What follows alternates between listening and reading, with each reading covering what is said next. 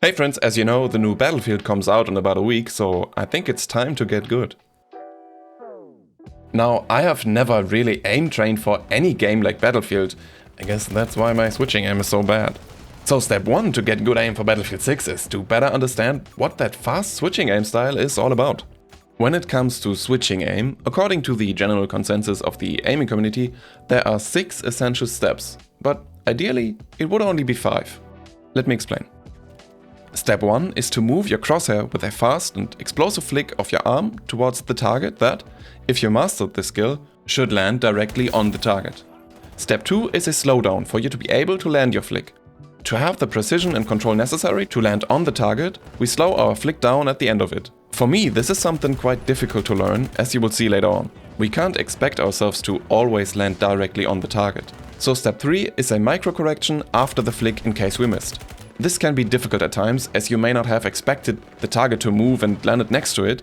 To then initiate a second very precise correction right after a large flick with a slowdown, as both moves require tension in different muscles, is hard to do. So when done repeatedly, this can lead to too much tension. At least for me, this is one of my major issues with this aiming style. Step 4 is easy and should also be pretty much instantaneous. You make sure you are actually on the target by, well, looking at it.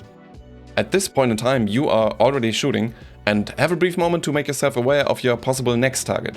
I, for one, need to constantly remind myself of step 5, as I tend to forget to scout for my next target. I think I developed the bad habit of doing that after I got the kill, but ideally you want to know where to aim next before you do it. And lastly, we want to track our target, because sometimes your target is in motion and not standing still, so while shooting you want to track its movement. It all sounds pretty easy, but for this to happen in like half a second, we need to actually train. You could just learn this while playing, but that would take way longer, as half the time you are not aiming but doing other things in-game. So we launch our favorite aim trainer, which is of course KovaaKs. To begin this whole switching aim style journey, it would be smart to figure out where your biggest weaknesses are. And because I am not smart at all, I did this the most stupid way. I searched for switching scenarios in KovaaKs and just played the most popular 100. If you wanted to figure out your weaknesses, you could probably also get there by simply playing the VOLTAIC benchmark scenarios, and the scores would tell you what you are bad at. Not an exact science, but a good place to start. My biggest issues are, well, a little bit of everything. I think for me it comes down to not having played any Battlefield multiplayer for more than a couple of hours. So I put together this playlist that is a wild mix of just about every possible skill you would want to develop to get good aim in Battlefield and similar titles.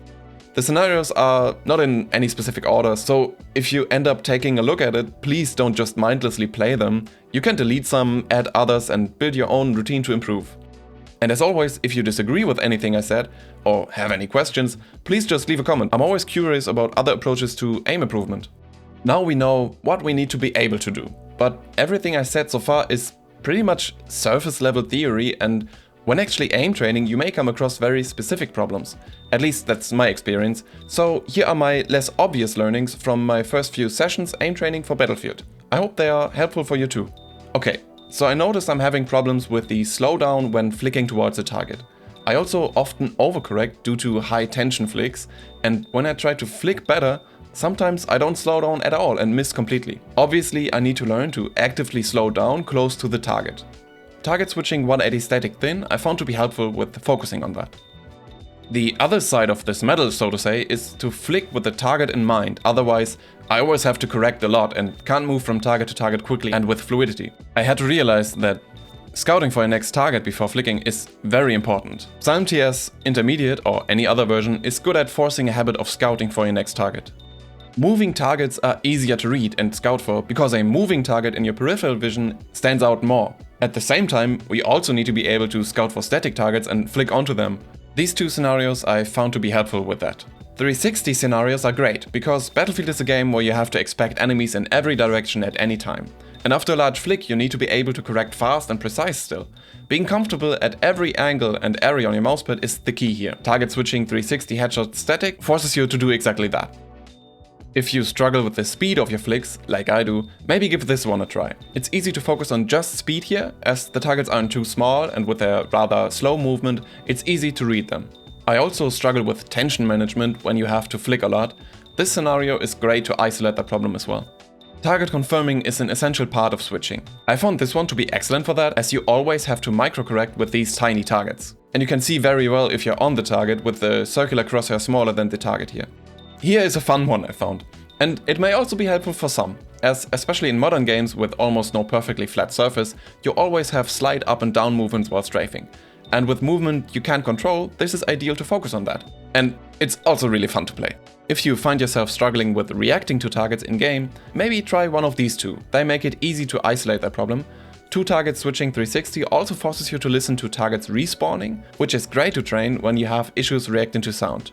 If this is all just too much for you and you just want to train a little bit without worrying about what you are actually doing, maybe try one of the VOLTAIC fundamental playlists. They should be what you are looking for. Links to all the resources are in the description. I really hope this was at least a little bit helpful to you. I see you next time. Bye!